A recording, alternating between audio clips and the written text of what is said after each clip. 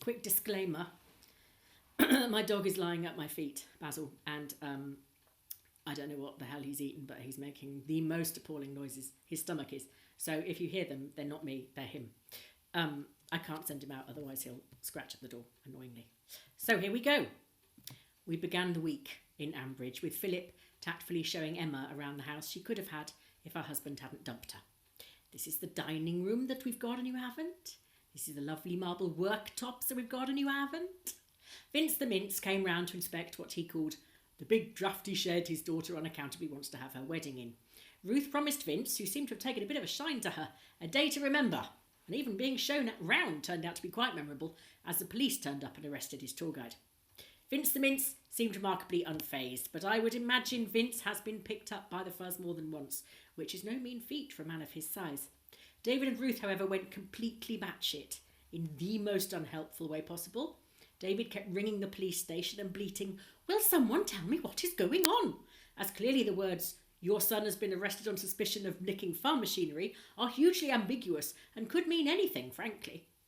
When the officer said, "a series of thefts," David gasped. "A series? You mean more than one?" Which must have reassured the police that if Josh was anything like his daddy, they weren't exactly dealing with a criminal mastermind. Once Josh had returned, contrite and tearful, David muttered something about "chin up, old son," and Ruth conjured up all the maternal warmth, forgiveness and empathy at her disposal and tore him a new one. "Josh, you know your dad and I have always been scrupulous in our record keeping," she shouted, and then went on to say that it had taken them an entire day to find receipts for the massively expensive farm machinery they'd bought. Eventually she stopped shouting and said, "Well, we're here to support you, I suppose," with as much conviction as Barnier talking to Boris Johnson. Despite the arrest, Vince the Mince was persuaded against his better judgment to proceed with his daughter's wedding at the shambolic crime scene that is Brookfield, or Crookfield as Twitter immediately renamed it, mostly due to Josh's urgings. He seemed to sense a twin soul in Josh, who, as he has been roundly rejected by his own family, was only too grateful to get some attention from an adult who appeared to know what he was doing, and I think will take on the role of intern at Mince Casey Enterprises. Forward, Mini Mince! Philip and Gav, at a speed unknown to the average British builder, have finished the playground already and got their picture in the local newspaper. I'm surprised Wayne Foley didn't turn up waving his Radio Borchester mic around, as the poor sod will generally go to the opening of a bag of crisps, he's so desperate for stories. But no, it was merely those two, grinning gormlessly into the camera with their thumbs up, and close observers would no doubt have observed Henry Archer in the background, soaring through the monkey bars and pouring Bostic down the slide. Philip was understandably full of himself, as Krusty and Philip are having a secret wedding, which Krusty keeps telling people about, and then later on Gavin selfishly ruined it all by being dumped by his imaginary girlfriend for no apparent reason. He gradually downgraded her from a Bali beach to a Cretan crapfest, and she probably decided to bail before he talked her into getting married crouched under the big plastic toadstool in the garden.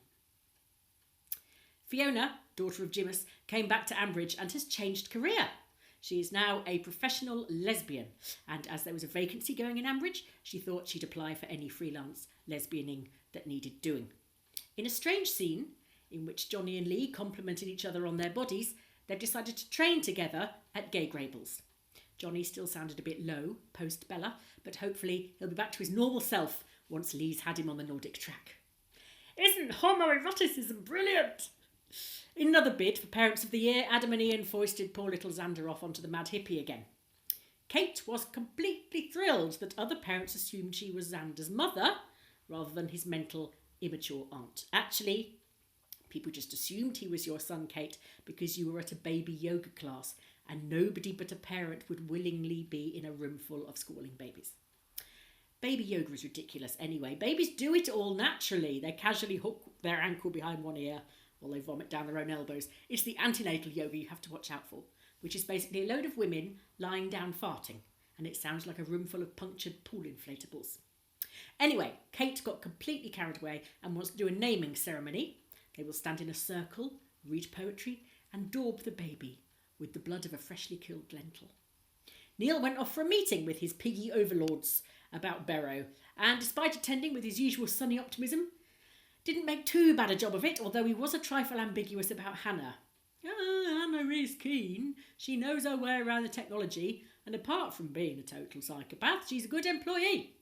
Neil was tough, incisive, assertive, and ended up getting a demotion and a pay cut. But considering he went into the meeting sounding as if he was expected to be waterboarded, that was quite a good result.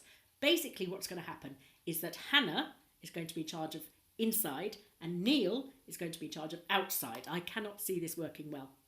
Hannah will ban him from coming in for a wee. She'll change the key codes for all the doors, and Neil will be standing outside in his overalls, covered in pig shit, in the sleet, with his nose pressed up against the window, while Hannah sits with her feet up on his executive desk, giving him the finger. In retaliation, he'll put an electric fence around her car in the car park. Neither of these people should be in charge of a guinea pig, let alone all the inside or all the outside. However, Neil and Susan's forthcoming holiday to Lanzarote will take their minds off it. They are going on a scuba diving experience. Neil can go down for hours, apparently, so they'll both enjoy that. With pub closures across Britain making national news, it is no surprise that the bullshit at Ambridge is now completely empty. A combination of Jolene singing, the new name, the new dress code of loafers, no socks, a beard and a French bulldog, and the constant bickering between the bar staff means that the only customer is Justin and whoever he can drag in. Lillian has reduced to colour coding the crisps while she works her way through the optics. Good news though, Jolene has had a booking for a big event, apparently. It's the Voluntary Mutism Society. Chair, Kathy Perks. The end.